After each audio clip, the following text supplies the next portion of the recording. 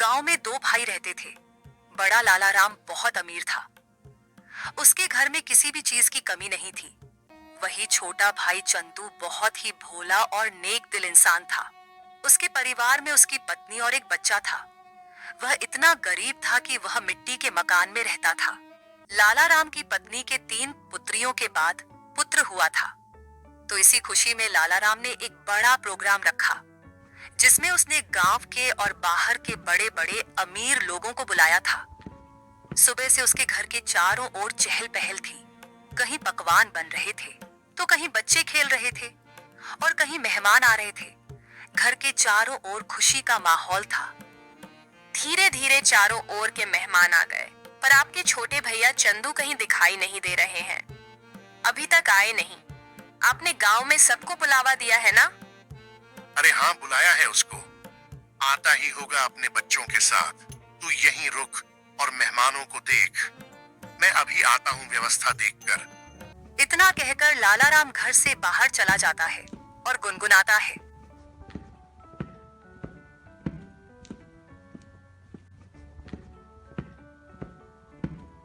मैं उसको अपने प्रोग्राम में क्यों बुलाऊं? वो कहाँ और मैं कहाँ? मेरे यहाँ एक से बढ़कर एक अमीर मेहमान आ रहे हैं। अगर किसी को पता चल गया कि मेरा भाई इतना गरीब है, तो मेरी नाक कट जाएगी। कुछ गांव के लोग चंदू के घर के आगे लाला राम के प्रोग्राम में जा रहे थे और चंदू अपने घर से खेतों पर जाने की तैयारी कर रहा था। जैसे ही वह घर से बाहर निकलता है, तो उसको कुछ गांव वाले मिल जाते हैं। अरे चंदू, तू अपने भाई के घर नहीं गया? तेरी भाभी के बहुत दिनों बाद लड़का हुआ है। इसी उपलक्ष्य में तेरे भाई ने बहुत बड़ा प्रोग्राम रखा है। तू तो चाचा बन गया है और तू यहाँ, जबकि तुझे तो अपने भाई के घर सबसे पहले पहुंचना था। चंदू यह सुनकर दंग रह जाता है। इस बारे में उसे कुछ भी पता नहीं था, पर वह गांव वालों के सामने ऐसे बोलता है जैसे उसे पहले से सब पता है। अरे हाँ भाई, मुझे भी जाना है। बस थोड़ा सा खेतों पर काम बचा है, उसको मैं पूरा करके आता हूँ। जल्दी काम पूरा करके आ भाई। सुना है लाला राम ने बहुत ही स्वादिष्ट पकवान बनवाए हैं और उसने खाने पर पूरे गांव को बुलाया है। हाँ, ये तो बड़ी ही अच्छी बात है। तुम लोग चलो, मैं आता हूँ। जैसे ही गांव वाले वहां से निकल जाते हैं, तो चंदू का मुंह उतर जाता है। यह तो बहुत खुशी की बात है, पर इसके बारे में तो मुझे कुछ पता ही नहीं है। चलो, मेरे बड़े भाई के घर पुत्र रत्न तो आया और मैं फिर से चाचा बन गया, पर मुझे इस बारे में कुछ बताया भी नहीं। शायद कामकाज ज्यादा है, इसी वजह से मुझे बताना भूल गया होगा। वरना ऐसा हो नहीं सकता कि मेरा भाई मुझे ना बुलाए।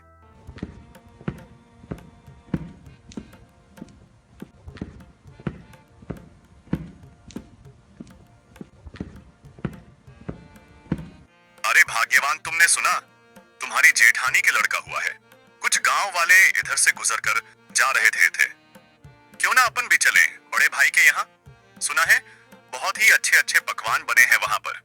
अरे ये तो बड़ी खुशी की बात है। आप फिर से चाचा बन गए और मैं चाची। परंतु उन्होंने हमें बुलाया नहीं। बिना बुलाए हम कैसे जा सकते हैं उनके प्रोग्राम में? बिना बुलाए वहां जाना सही नहीं होगा। अगर गांव में इस बात का पता चल गया कि हम बिन बुलाए उनके प्रोग्राम में आए हैं, तो लोग क्या कहेंगे? बड़े भैया इतना बड़ा प्रोग्राम कर रहे हैं और इतने बड़े प्रोग्राम में पूरे काम की जिम्मेदारी भी उन्हीं पर है। तुम्हें पता है ना उनके पास कितना कामकाज होगा। इसी कामकाज की वजह से हमसे बोलना भूल गए होंगे, और प्रोग्राम वाला आदमी तो कुछ ना कुछ तो भूल ही जाता है।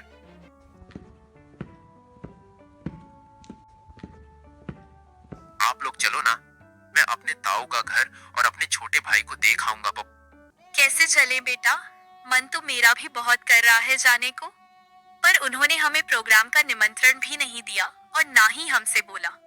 फिर किस मुंह से उनके प्रोग्राम में जाएं? क्या हम अपने छोटे भाई से मिलने नहीं जाएंगे पापा? क्यों नहीं, हम जरूर चलेंगे आपके छोटे भाई से मिलने के लिए। क्यों आप छोटे बच्चे को झूठी तसल्ली दे रहे हो? तुम्हें पता है ना तुम्हारे बड़े भाई हमें उनके बराबर नहीं समझते हैं। तभी तो उन्होंने हमें प्रोग्राम में नहीं बुलाया है। तुम तो सदा गड़े मुर्दे उखाड़ती हो। ऐसा नहीं है, वो हमको चाहते हैं। वो तो कामकाज की वजह से बुलाना भूल गए हैं। लग रहा है कि भैया तुम्हें बुलाना भूल गए हैं, तो तुम जाओ। बिन बुलाए मैं नहीं जाने वाली कहीं। मैं तो खूब खुश हूँ अपने घर में। आपको जाना है तो जाओ। ठीक है, मैं और राजू चले जाते हैं। तुम्हें नहीं जाना तो मत चलो। आप जा रहे हो तो जाओ, पर उधर से जल्दी लौट कर आना। चंदे और उसका बच्चा प्रोग्राम में जाने के लिए तैयार हो जाते हैं। अब तुम प्रोग्राम में जा रहे हो तो बच्चे को देने के लिए कुछ तो ले जाना पड़ेगा। हाँ, बहुत देर से मैं भी यही सोच रहा था, बच्चे के लिए क्या ले जाऊं, और बाजार से ले जाने के लिए मेरे पास पैसे भी नहीं है। सुनिए, आप तो यह लकड़ी का झूला ले जाओ जो तुमने राजू के लिए बनाया था। अब राजू के कुछ काम का नहीं है। हाँ, यही ले जाता हूँ। इसमें बच्चा खूब आराम से सोएगा। चंदू उस झूले को उठाकर चल देता है और उसके साथ में उसका लड़का भी चल देता है।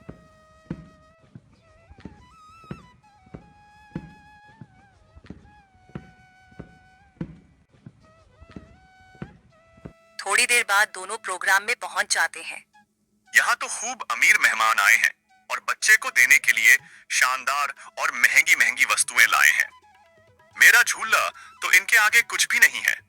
चंदू मेहमानों पर महंगी महंगी वस्तुएं देखकर अपने झूले की ओर देखता है और मन ही मन में सोचता है, मैं क्यों इस झूले को यहाँ लाया? यहाँ तो एक से बढ़कर एक वस्तुएं हैं बच्चे के लिए। मैं भी क्या सोच रहा हूँ? भला हाथ की बनी चीज और बाजार की चीजों में अंतर होता है? बड़े भैया जरूर मेरे झूले को पसंद करेंगे, क्योंकि मेरा झूला सबसे मजबूत है, क्योंकि इसे मैंने अपने हाथों से बनाया है। चंदू निसंकोच होकर मेहमानों के बीच में घूमने लगता है।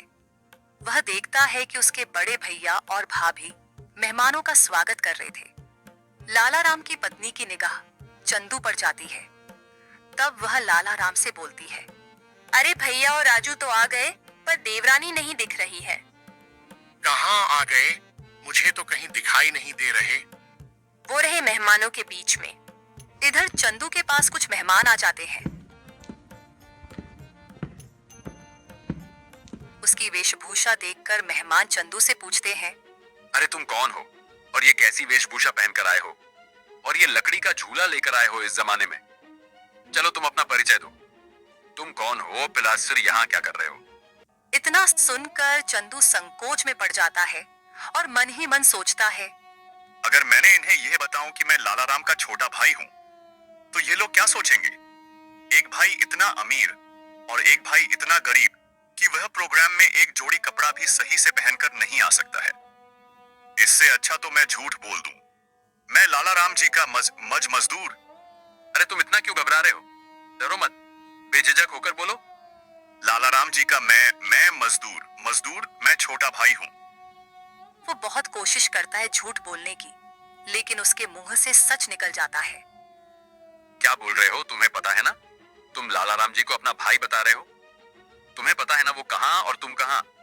अपने आप को देखो और उनका प्रोग्राम देखो। इतने में ही लाला राम वहां आ जाता है और बोलता है,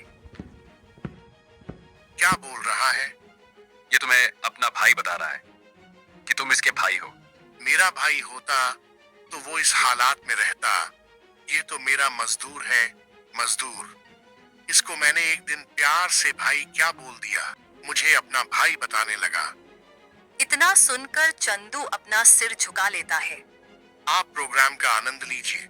चलो मैं और मेहमानों से मिलता हूँ। जी आप मिलिए, हम भी और परिचितों से मिल लेते हैं।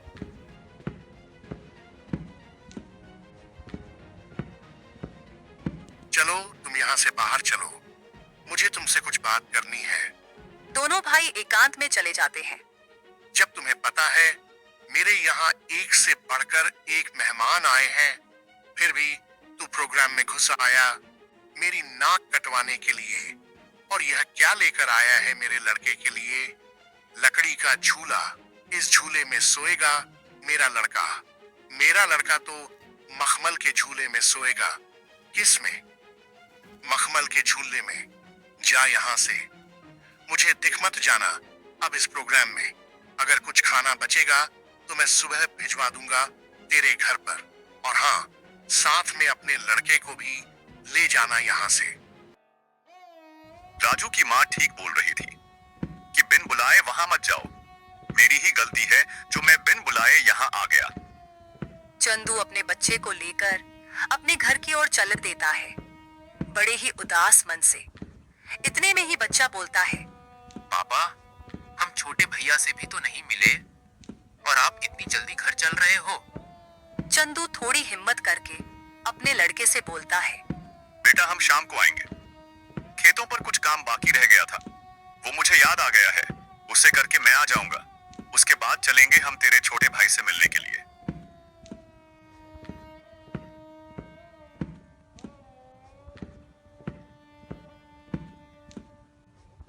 दोनों घर पहुंच जाते हैं। राजू घर से बाहर बच्चों के साथ खेलने के लिए चला जाता है।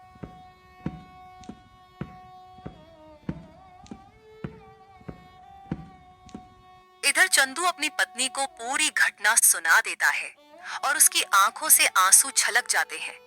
पता नहीं ईश्वर की कैसी लीला है, आज भाई ने भाई को पहचानने से मना कर दिया। आप रोइए मत, ईश्वर एक दिन सब ठीक कर देगा। ईश्वर को भाइयों के बीच में इतना फासला भी नहीं रखना चाहिए कि वे एक दूसरे से ही दूर हो जाए। आप इतना दुख मत मनाइए, सब ठीक हो जाएगा। आप बस ईश्वर पर विश्वास रखिए।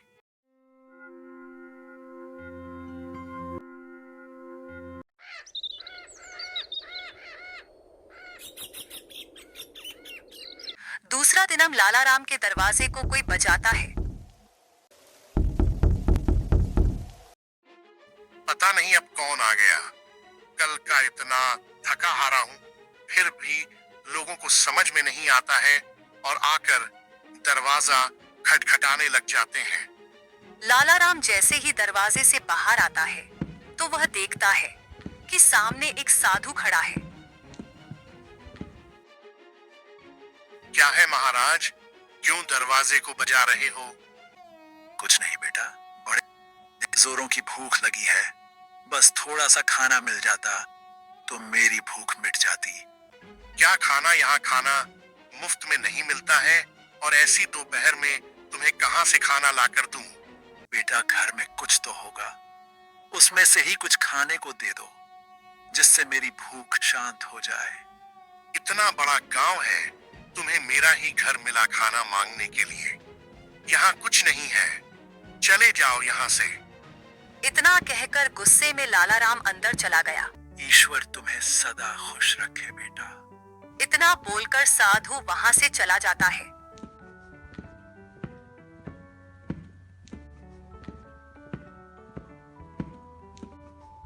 इधर लालाराम की पत्नी उससे से पूछती है, कौन आया था दरवाजे पर जो तुम इतने जोर से उस पर चिल्ला रहे थे? कोई नहीं, एक ढोंगी बाबा आया था दरवाजे पर, बोल रहा था खाना खिला दो, तो मैंने उससे मना कर दिया। यहाँ नहीं है खाना। तुम भी पता नहीं अब किस नशे में रहने लगे हो। कल का इतना सारा खाना बचा था, वो वैसे ही फेंकेगा, उसमें से कुछ खाना खिला देते। मैंने यह खाना गरीबों और ढोंगियों के लिए नहीं बनवाया है। यह खाना सिर्फ हम जैसे बड़े लोग ही खा सकते हैं। लालाराम की पत्नी गुनगुनाते हुए वहां से अपने कमरे में चली जाती है। इनको तो पता नहीं अब किस बात का नशा आने लगा है। सीधे मुंह अब किसी से बात ही नहीं करते हैं। इधर साधु चंदू के घर के सामने पहुंच जाता है और बाहर से आवाज लगाता है। अरे घर में कोई है? आवाज सुनकर चंदू घर में से बाहर निकल आता है। जी साधु महाराज बताइए, मैं आपकी क्या सेवा करूं? कुछ नहीं बेटा, बहुत तेज भूख लगी है। कुछ खाने को मिल जाए तो आत्मा तृप्त हो जाएगी। क्यों नहीं साधु महाराज, आइए आइए, जो कुछ हमारे घर में खाने के लिए मिलेगा हम आपको खिलवा देंगे। दोनों घर के अंदर चले जाते हैं। चंदू और साधु जमीन पर बैठ जाते हैं। अरे भाग्यवान, घर में कुछ हो तो खाने का साधु महाराज को ले आओ। सुबह की कुछ दाल रोटी रखी है और अभी खाना बनाने के लिए घर में कुछ भी नहीं है। अरे बेटी तुम तो शर्माओ मत, जो घर में खाने का हो वही ले आओ, मैं तो खा लूंगा। चंदू की पत्नी जो घर में खाना था उसी खाने को गर्म कर लाती है। लीजिए साधु महाराज, गरीब के घर का खाना, हमारे पास तो खाने में यही है। अरे बेटी तुम अपना मन इतना उदास मत करो, मैं तो ईश्वर की कृपा से जो मिलता है वही खा लेता हूँ और तुम दोनों इतना उदास क्यों हो? कोई समस्या है आपके यहाँ? साधु महाराज, खेतों में इतना काम कर रहा हूँ, उतनी ही गरीबी आ रही है। गरीबी कम होने का नाम ही नहीं ले रही है। अब तो स्थिति ऐसी हो गई है, 2 वक्त का खाना भी बड़ी मुश्किल से मिलता है। पता नहीं ईश्वर हमारी कौन सी परीक्षा ले रहा है। यह कोई बीमारी तो है नहीं जिसका मैं आपको सही उपचार बता दूं बेटा। बस ईश्वर पर विश्वास रखो, सब सही हो जाएगा। फिर भी मुझे लगता है तुम मुझे तुम्हारी समस्या सही से बता नहीं रहे हो।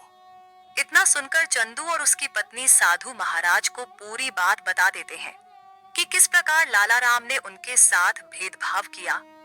साधु खाना खा लेता है। पता नहीं आपको हमारे हाथ का खाना कैसा लगा, सही लगा या नहीं? बेटी तुम अपना मन उदास मत करो। तुम तो अन्नपूर्णा हो और तुम्हारे हाथ का खाना बहुत ही स्वादिष्ट है। इतना सुनकर चंदू की पत्नी खुश हो जाती है। तुमने बेटा आज मेरी आत्मा तृप्त कर दी है। अगर तुम आज मुझे भोजन नहीं देते तो पता नहीं आज भूख की वजह से मेरा क्या होता। साधु उनके पास एक पोटली रखता है। इसमें क्या है साधु महाराज? यह पोटली बेटा बीजों का भंडार है। तुम जिस भी फसल का बीज चाहोगे वह बीज इस पोटली में से निकलेगा, जिससे तुम्हारी फसल साधारण फसल से 10 गुना ज्यादा निकलेगी। यह तो महाराज आपकी असीम कृपा है। यह मेरी नहीं, ईश्वर की कृपा है बेटा। बस एक बात का ध्यान रखना, इस पोटली के बारे में कभी किसी को मत बताना, और इसमें से जो बीज निकले उन्हें बेचना नहीं। अगर तुमने ऐसा किया तो यह पोटली आपके किसी काम की नहीं रहेगी। जी साधु महाराज, मैं कभी ऐसा नहीं करूंगा। फिर साधु महाराज वहां से चले जाते हैं। साधु महाराज के पैर जैसे ही घर में पड़े, तब से घर में शांति का अनुभव हो रहा है। हाँ भाग्यवान, अब ईश्वर की कृपा से सब ठीक हो जाएगा। जैसे ही चंदू ने अपने खेतों में उन बीजों की बुवाई की तो चारों ओर चंदू की फसल के ही चर्चे थे। इधर लाला राम अपने धन के घमंड में जी रहा था, जिससे वह किसी से भी सीधे मुंह बात नहीं तक करता था। इधर चंदू की संपत्ति बढ़ रही थी और लाला राम की घट रही थी, और इसी के साथ लाला राम के घर में अशांति भी बढ़ रही थी। कुछ ही दिनों में चंदू ने गांव में सबसे बड़ा मकान बना लिया और अपने घर में खूब खुशी खुशी रहने लगा।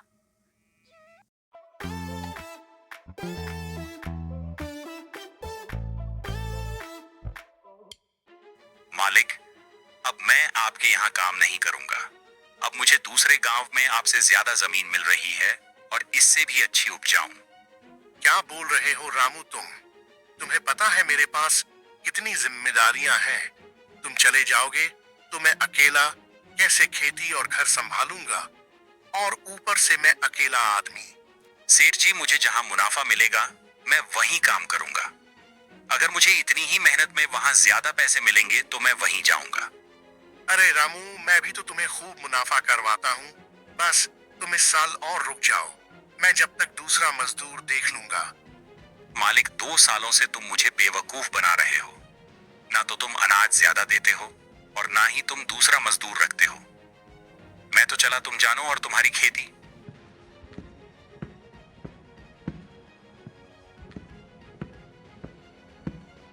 अरे नहीं, यह तो चला गया। अब मैं क्या करूंगा? कई सालों से मैंने खेतों में काम भी नहीं किया है, जिससे अब मुझसे खेतों में काम भी नहीं होगा। क्यों ना मैं चंदू के यहाँ जाऊं? अब तक तो उसने उसकी सारी जमीन बेच दी होगी, क्योंकि हालात तो वैसे भी खराब चल रहे थे उसके। वो जरूर मेरे खेतों पर काम कर लेगा। यही सोचकर लाला राम चंदू से मिलने के लिए चल देता है। जैसे ही वह उसके घर के सामने पहुंचता है तो वह चंदू के घर को ढूंढने के लिए उस मोहल्ले में चारों ओर घूम जाता है।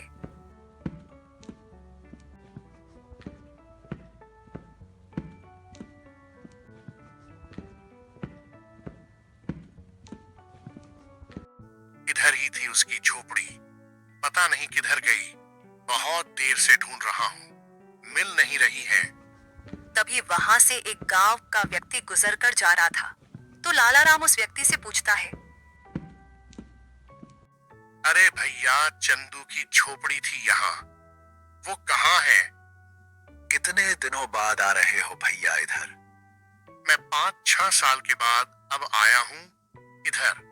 इसीलिए तो तुम्हें वो झोपड़ी नहीं मिल रही है। अरे भैया, तुम जो सामने मकान देख रहे हो ना, यही घर है चंदू का। ये कैसे हो सकता है? 1 साल पहले तो ये गरीब हुआ करता था। हाँ भैया, 1 साल पहले गांव में सबसे गरीब व्यक्ति यही था। पता नहीं भैया, इसने खेतों में कौन सा खाद डाला है जिससे इसकी पैदावार सबसे ज्यादा निकलती है। घर बताने के लिए बहुत बहुत धन्यवाद। और लाला राम उस घर के अंदर चला जाता है।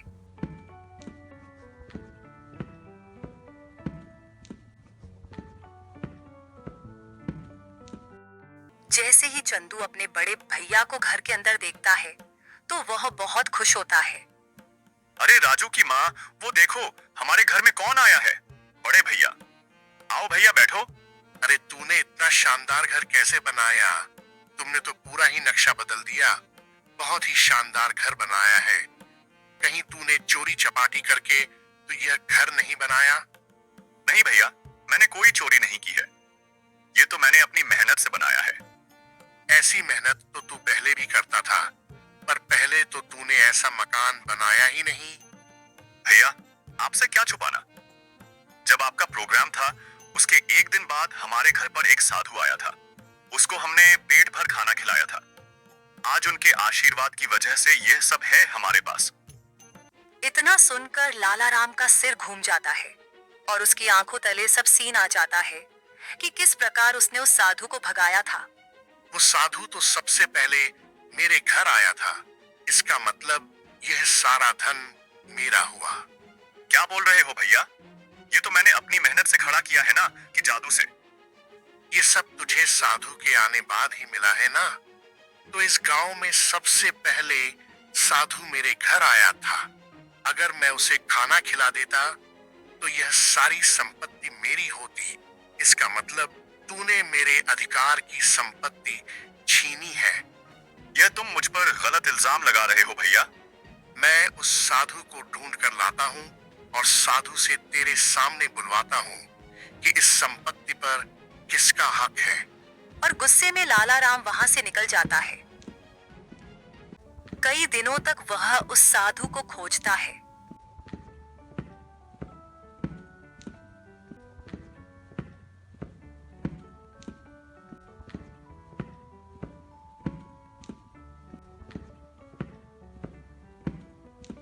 बड़ी मुश्किल से एक जंगल में तपस्या करते हुए वह साधु मिल जाता है। साधु महाराज प्रणाम। कौन हो बेटा जो तुम मेरी तपस्या में व्यवधान डाल रहे हो? मैं लाला राम हूँ। आज से 1 वर्ष पूर्व तुम मेरे घर आए थे खाना खाने के लिए, जब तुम्हें जोरों की भूख लग रही थी। तुम तो वही हो ना जिसने खाना देने से मना कर दिया था। हाँ, पर उस संपत्ति पर पहला हक मेरा बनता है जो तुम मेरे भाई को देकर आए हो, क्योंकि तुम खाना मांगने सबसे पहले मेरे घर आए थे। कौन सी संपत्ति? मैंने तो उसे सिर्फ आशीर्वाद दिया था, क्योंकि उसने बड़े ही सम्मान के साथ खाना खिलाया था। और वह धन तो उसकी मेहनत और ईमानदारी का फल है। इतना सुनकर लाला राम गुस्से में साधु से बोलता है, साधु, तुम मेरे साथ अन्याय कर रहे हो, क्योंकि उसकी संपत्ति पर पहला अधिकार मेरा है, क्योंकि तुम सबसे पहले मेरे द्वार पर आए थे। अगर तुम मुझे यह पहले ही बता देते कि मैं तुझे और भी अमीर बना दूंगा, तो मैं तुम्हें उससे भी अच्छा भोजन कराता। उसने क्या खिलाया होगा आपको? सूखी रोटी? लाला राम साधु से बहुत वाद विवाद करता है और गुस्से में साधु से बोलता है, जिससे साधु को क्रोध आ जाता है। बालक, तुमने मेरी सब्र की सीमा खत्म कर दी है। तुम मेरे श्राप से अब बच नहीं सकते हो। इतना सुनकर लाला राम के होश उड़ जाते हैं। इतने में ही चंदू और लाला राम की पत्नी वहां आ जाती है।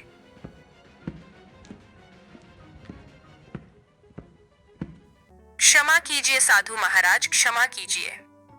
अरे बेटी, तुम क्यों माफी मांग रही हो? पति थोड़े उग्र हैं। उनको पता नहीं है किससे कैसे बात करना है। इतना सुनकर लाला राम भी माफी मांग लेता है। अभी तक तुम्हारा जो घर चल रहा था वह तुम्हारी पत्नी के निर्मल भाव की वजह से चल रहा था। अब तुम अपने लालच को छोड़ दो और दोनों भाई साथ साथ रहो, क्योंकि तुम्हारा छोटा भाई बहुत ही ईमानदार है। जी साधु महाराज, पर भाग्यवान, तुम्हें कैसे पता चला मैं यहाँ हूँ? आप जिस दिन साधु महाराज की खोज में निकले उसी दिन भैया मेरे पास पहुंच गए थे और उन्होंने आपके बारे में मुझे सब बता दिया था।